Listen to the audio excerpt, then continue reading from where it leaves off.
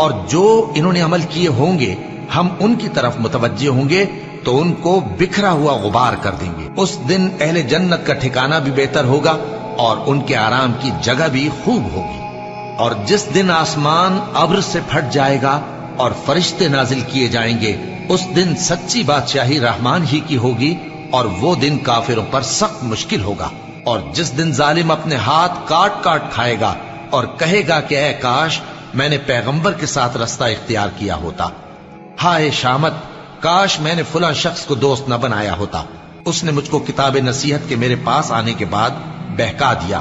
اور شیطان انسان کو وقت پر دغا دینے والا ہے، اور پیغمبر کہیں گے کہ اے پروردگار میری قوم نے اس قرآن کو چھوڑ رکھا تھا، اور اسی طرح ہم نے گناہگاروں میں سے ہر پیغمبر کا دشمن بنا دیا، اور تمہارا پروردگار ہدایت دینے اور مدد کرنے کو کافی ہے۔ اور کافر کہتے ہیں کہ اس پر قرآن ایک ہی دفعہ کیوں نہیں اتارا گیا؟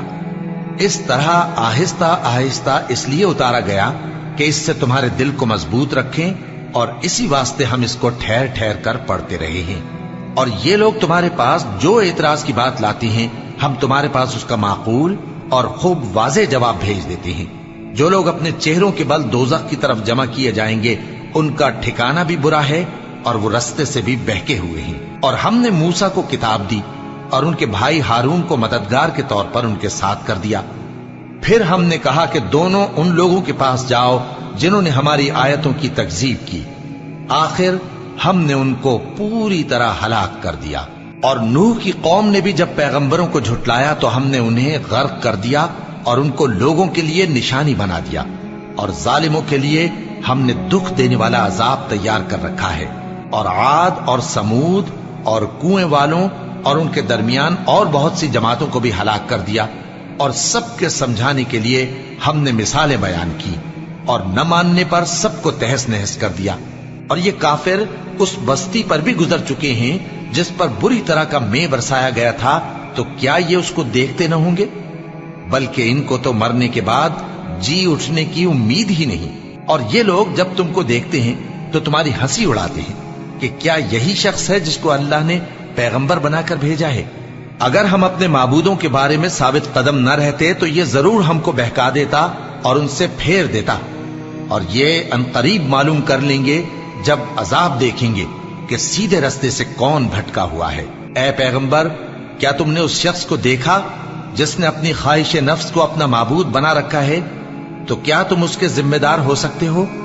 یا تم یہ خیال کرتے ہو کہ ان میں اکثر سنتے یا سمجھتے ہیں؟